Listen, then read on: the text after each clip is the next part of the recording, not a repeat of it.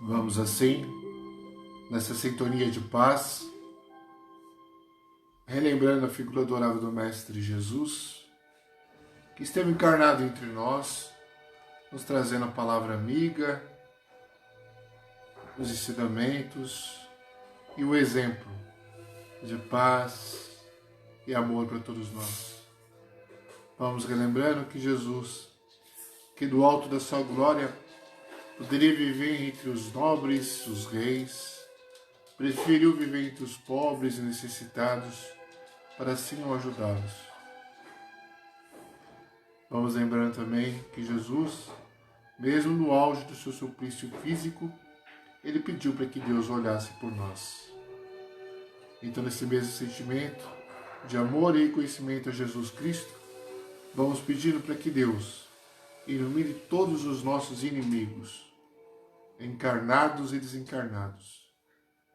Vamos pedir para que Deus também possa iluminar todos os nossos irmãos moradores de rua e também aqueles irmãos dependentes químicos que vagam nos bares, becos, vielas, praças, bocas, atrás de sua droga de predileção.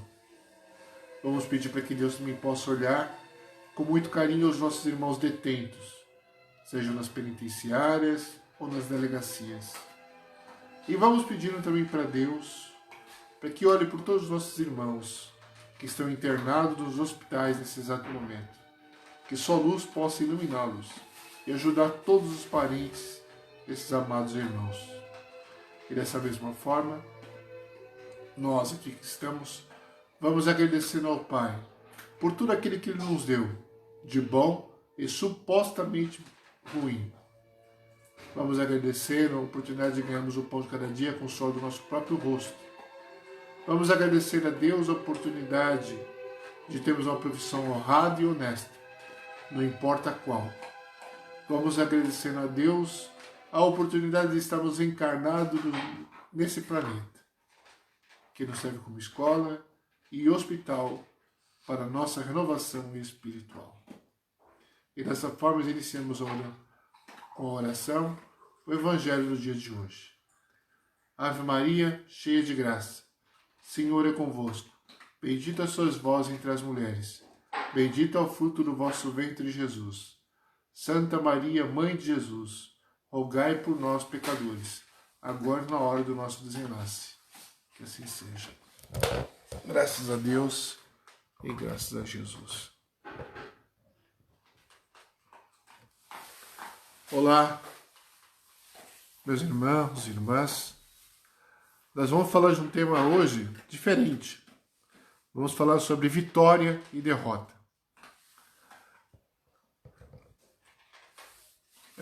Do ponto de vista mundano, do mundo do dia a dia, né? A vitória a gente pode ver como aconteceu no sábado, né? Palmeiras ganhou o campeonato do Corinthians. Isso é uma vitória do ponto de vista mundano, do dia a dia.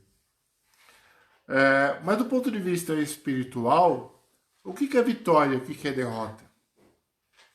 Essa é uma pergunta que tem calado no fundo do nosso coração. Será que eu estou vencendo ou estou perdendo?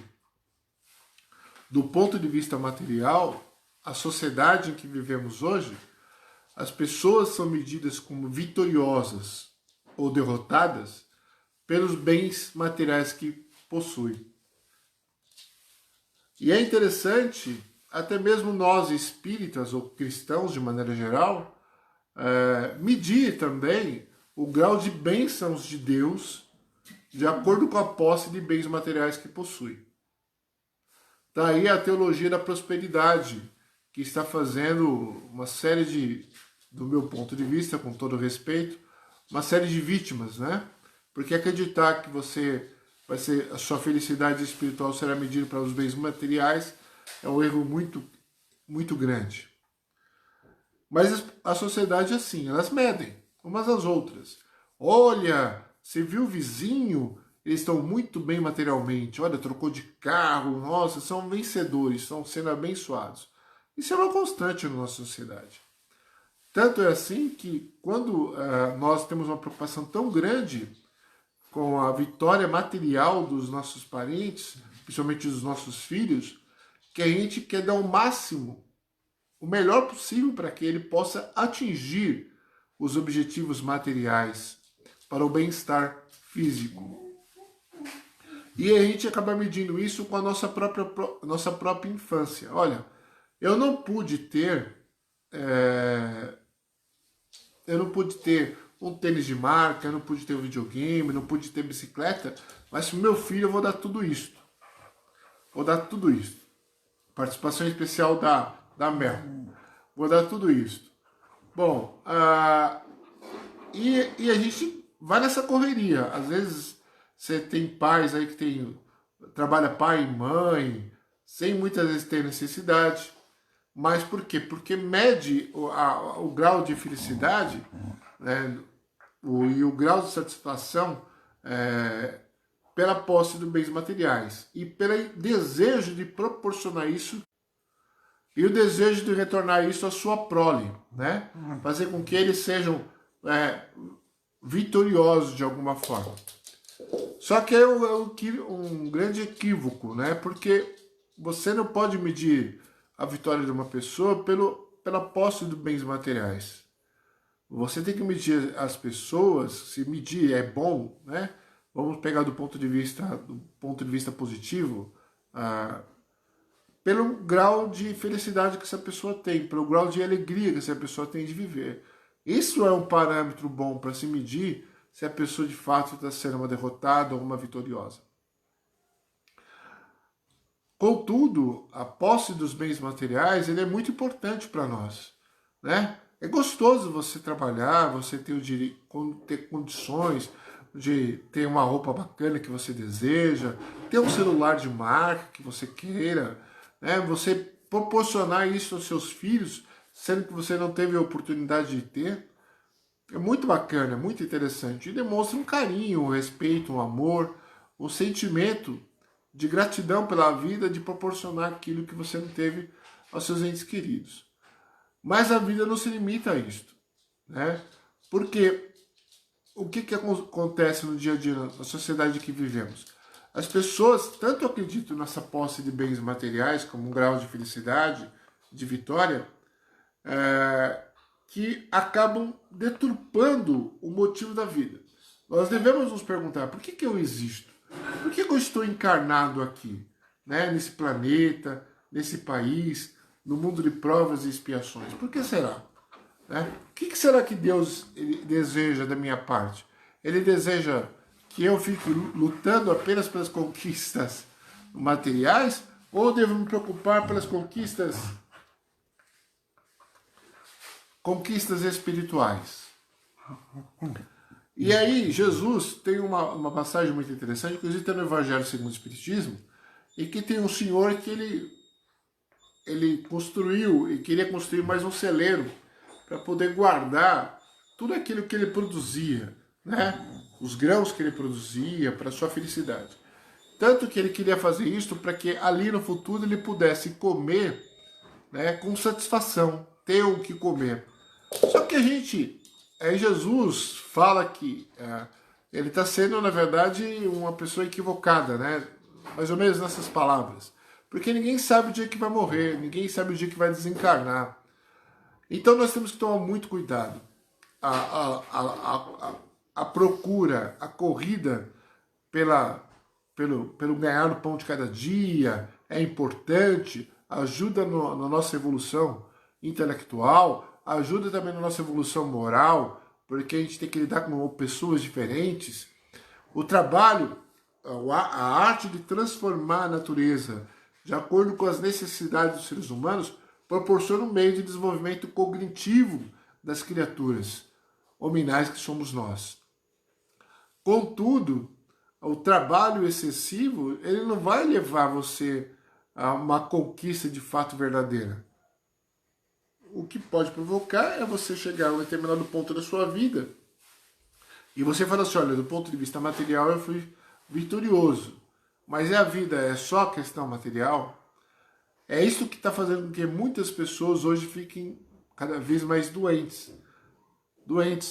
Doenças mentais, como depressão, transtorno bipolar, síndrome do pânico. Por quê?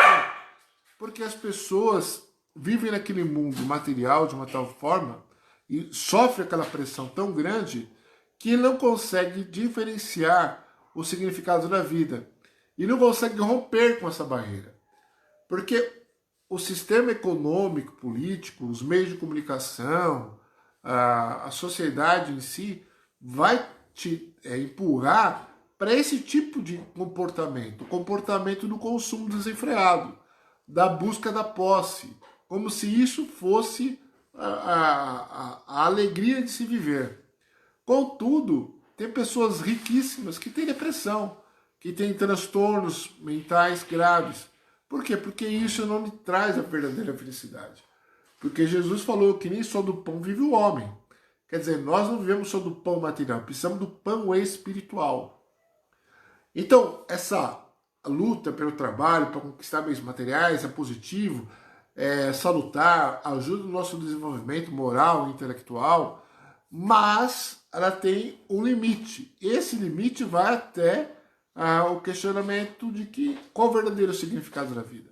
Por que eu estou aqui? O que vai acontecer depois da morte do meu corpo físico? Para onde eu vou? Esse é o grande questionamento que todas as religiões fazem. E que todos nós nos deparamos em algum momento para poder refletir. E essa reflexão nos mostra, na verdade, que a posse do bem material ela é importante, mas ela não é o fim em si mesmo. Não é o fim em si mesmo. Ela é apenas um meio, um instrumento do espírito para que possa evoluir materialmente e intelectualmente. E é interessante repararmos isso, porque uma boa parte na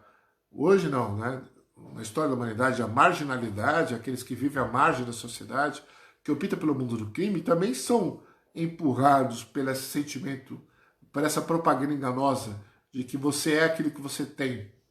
Né? E as pessoas querem ter coisas, querem ser notadas, né? Querem ser percebidas. E nós, homens, somos diferentes dos outros animais. O que o homem tem de diferente, de igual com outros animais? Muito pouco. Você pega o pavão e tem penas lindíssimas para chamar a atenção da fêmea. Na sociedade que vivemos, no mundo atual que vivemos, o que chama a atenção do sexo oposto ou do ser humano que esteja afim, que você esteja afim, é a posse. Porque assim a sociedade nos mede. Porque assim os homens e mulheres nos medem também. Então, nós temos que nos contrapor a isso. Contrapor em que sentido? No sentido espiritual. De que quando nós desencarnarmos, não é o título de doutor, não é título de professor, de engenheiro, ou de carpinteiro, ou de pastor, ou de padre, ou de orientador espiritual que vai definir um lugar mais agradável no mundo espiritual. Não, na verdade são as suas obras, os seus trabalhos. O que você fez de bom para consigo e para com o próximo? Qual foi a sua evolução moral e intelectual que você adquiriu? Né? Você avançou, olha aqui, ó. Ou você ajudou o próximo? Você enxugou as lágrimas? Você estendeu as mãos aos necessitados? Isso que será pedido de todos nós.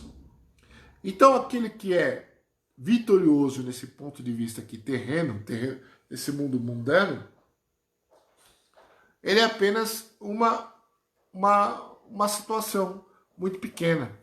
Porque quando você se depara com o mundo espiritual, que é a pátria, a nossa verdadeira pátria, né, você vai perceber que, na verdade, isso foi apenas uma ilusão. Que aquilo que deveria servir como instrumento acabou sendo o obstáculo para a sua transformação espiritual, para a sua iluminação espiritual. Então, nós temos que medir as coisas do ponto de vista maior, do ponto de vista espiritual. Que o vencedor não é aquilo que foi vitorioso aqui no planeta Terra, o dos encarnados. O vitorioso aqui sobre essa essa visão, a visão da maioria dos homens, é muito pobre e não nos leva a uma transformação espiritual maior. Na verdade, isso acaba nos prejudicando a nossa jornada evolutiva. O que nos leva, de fato, a uma vitória espiritual, muitas vezes significa uma derrota material. E é interessante lembrar de um caso que eu já citei várias vezes aqui, mas eu vou citar novamente, em que está lá no céu e no inferno. Uma rainha, né, foi lá dar o seu depoimento na casa espírita ali de Paris, onde Allan Kardec trabalhava, fazendo suas pesquisas. E ela fez seu depoimento muito revoltada, porque ela acreditava que ela, por ser rainha, era um ser especial, escolhido por Deus. E que automaticamente ela teria o reino dos céus. Porque essa era uma ilusão que foi colocada na cabeça dela, que ela aceitou pacificamente, não questionou. E quando ela foi para o plano espiritual, ela percebeu que aquelas pessoas que lhe serviam no dia a dia, na verdade, estava muito mais iluminada do que ela mesma. Que ela era um ser atrasado espiritualmente. Então isso deixa muito claro para nós que nós temos que tomar muito cuidado nesse mundo de provas e expiações.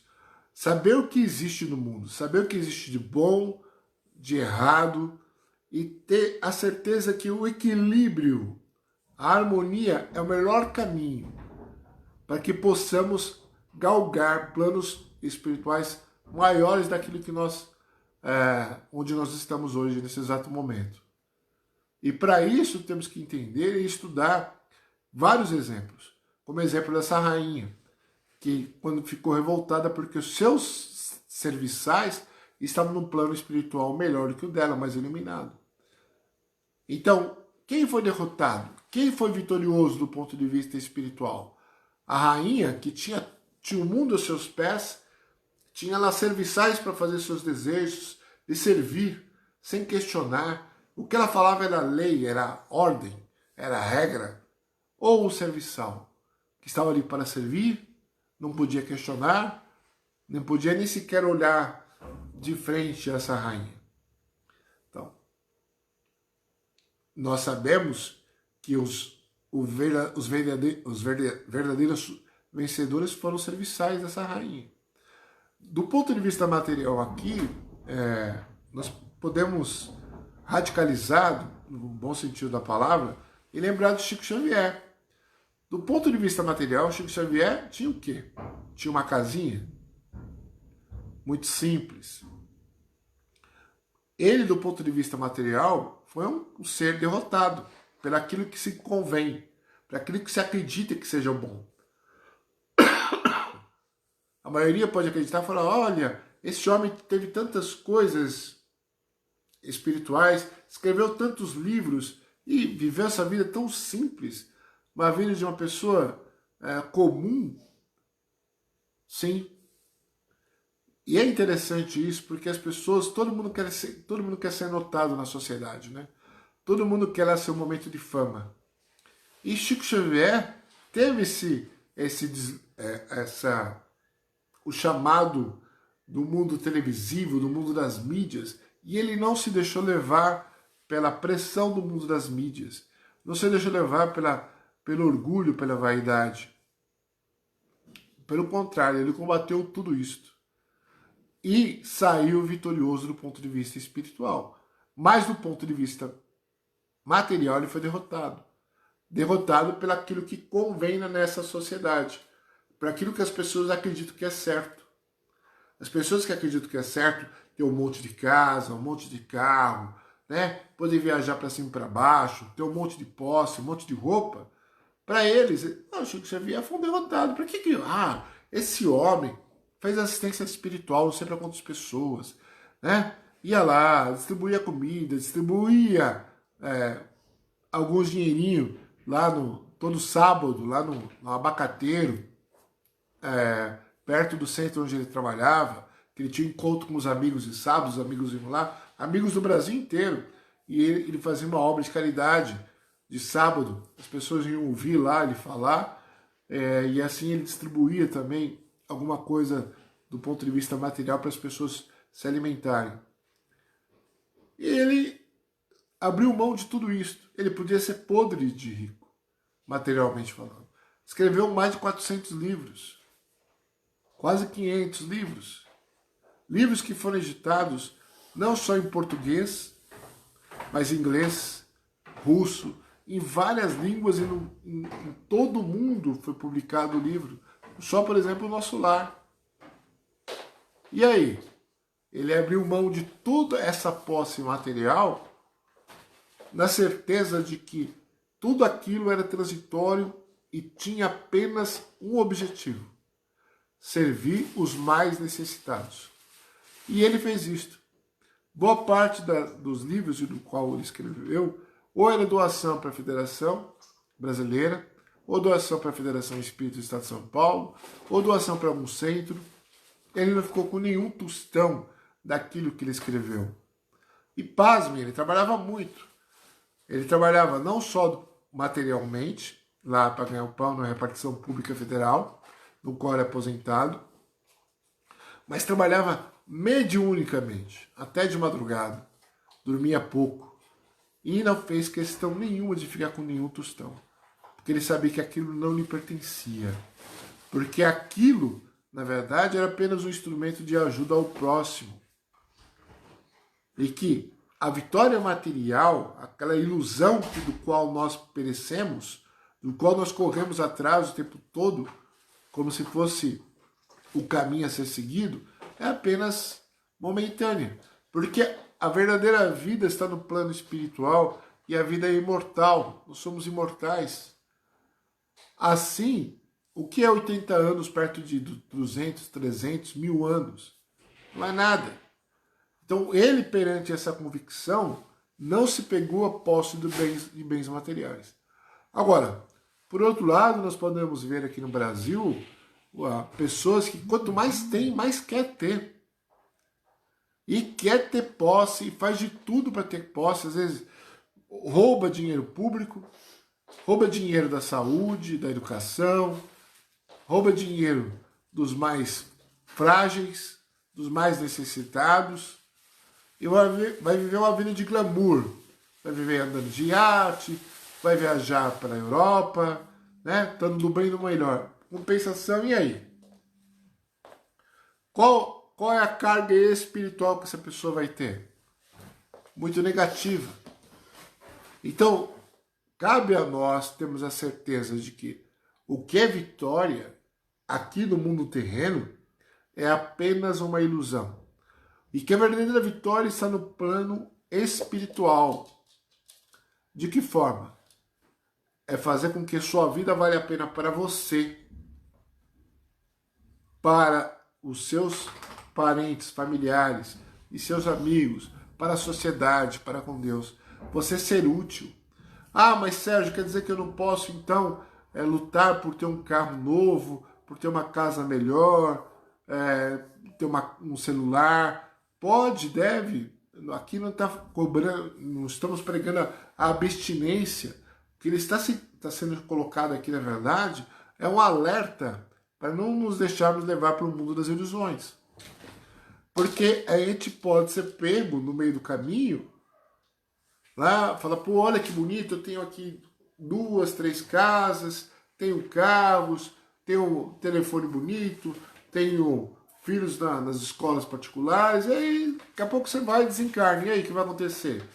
Aí você fala, desencarnei, mas deixei tudo encaminhado, mas você, do ponto de vista espiritual, você evoluiu? Você se aperfeiçoou?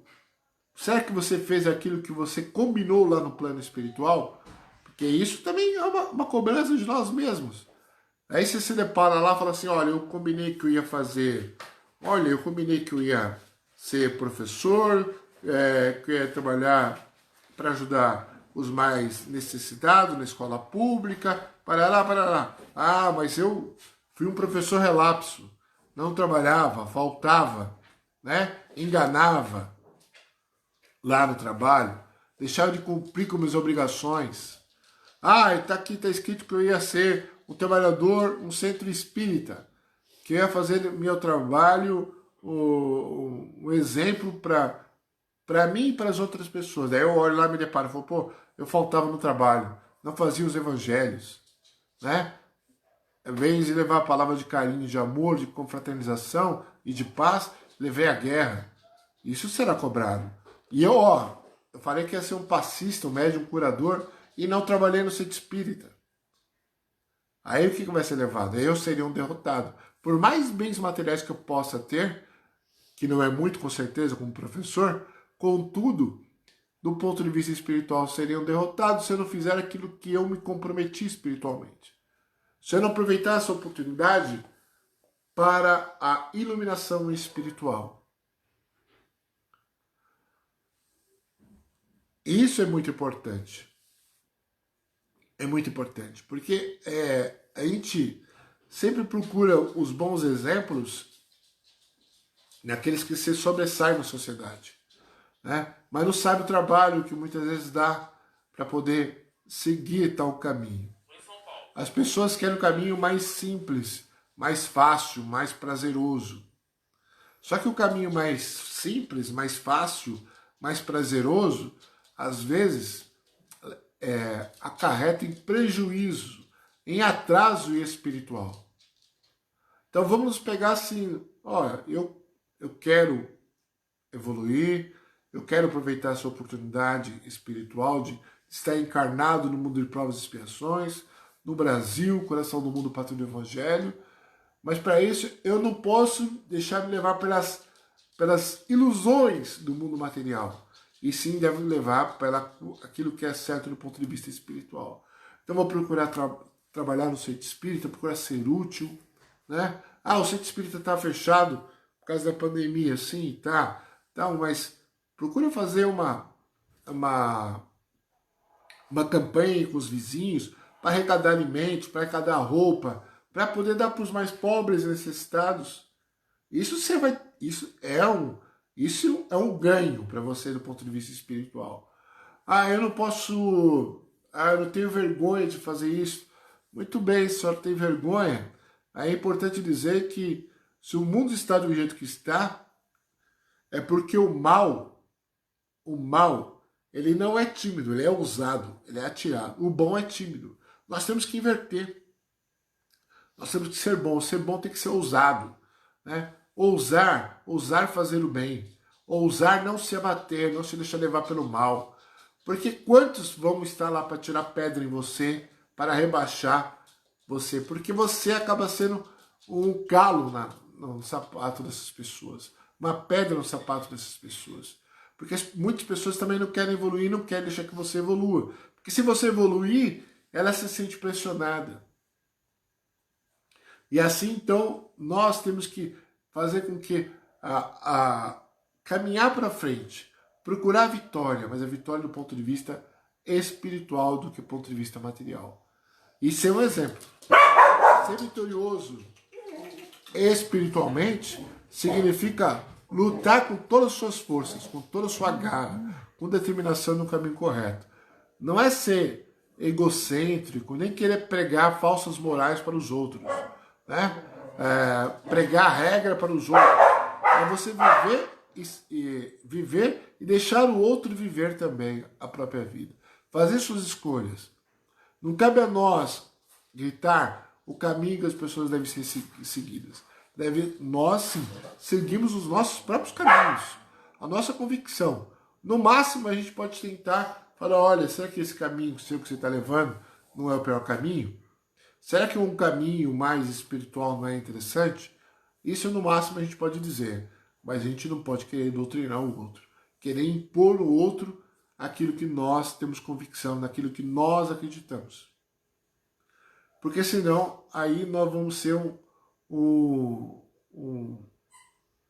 instrumento negativo para essa pessoa, porque essa pessoa vai ter repugnância à religião, à maneira de se pensar e de se avaliar as coisas do ponto de vista espiritual. Então nós temos que ter essa certeza. Essa certeza tem que estar nos nossos corações. Mesmo que as pessoas não queiram seguir os nossos passos, mesmo que as pessoas não concordem, as pessoas venham tentar nos ridicularizar porque fazemos aquilo que acreditamos. O caminho é seu. A vida é sua. Você escolhe o caminho. Você determina. Não cabe ninguém querer interferir na sua vida. Fazer com que você deva pensar igual ao outro. Você tem que ter a convicção. É por isso que lá no Evangelho segundo o Espiritismo está: Espírita, amai-vos e instruí-vos. Por quê? Porque através do conhecimento você vai ter contato com a verdade. E a verdade vos libertará. Então fiquem na paz e na luz do Mestre Jesus. Tendo a certeza de que, se você está sendo derrotado hoje, do ponto de vista material, né? Se você está doente, eu sou tão novo, estou doente. Mas eu queria viver até 80 anos. Mas do ponto de vista material, você tem razão, igual essas outras demais pessoas. Mas do ponto de vista espiritual, talvez não, tenho certeza, que uma doença serve como instrumento de purificação do espírito. E você se tornará um vitorioso. Meu parceiro, minha parceira me deixou. Sim, isso trouxe transtorno, aborrecimento, tristeza. Mas do ponto de vista espiritual, se você conseguir se emancipar, superar esse obstáculo, isso vai servir como instrumento de enriquecimento espiritual na sua vida. E você terá mais luz. Mas eu sou pobre, eu não consigo ter bens materiais. Sim, vivemos um mundo de provas e expiações em que, infelizmente, a desigualdade social é enorme nos países. Contudo, do ponto de vista espiritual, isso serve como instrumento de iluminação para você. Desde que você tenha paciência, tranquilidade. Não venha esmorecer. Não venha se deixar levar pelo mau caminho e tente se superar no caminho do bem. Então tenham fé e convicção de que a vitória é sua. Depende de você. E Deus está do seu lado. Fique na paz, na luz do Mestre Jesus, hoje e sempre. Lembrando que todos os dias 8 horas tem palestras. Continuem assistindo, divulguem. Agradecer as doações. Infelizmente nem eu e a Fabiana pudemos estar lá por questões familiares, mas agradeço quem pôde estar nos nossos lugares e agradecemos a doação de todos vocês. E que continuem na fé, que a vitória é nossa. Fique na paz e na luz, Mestre Jesus.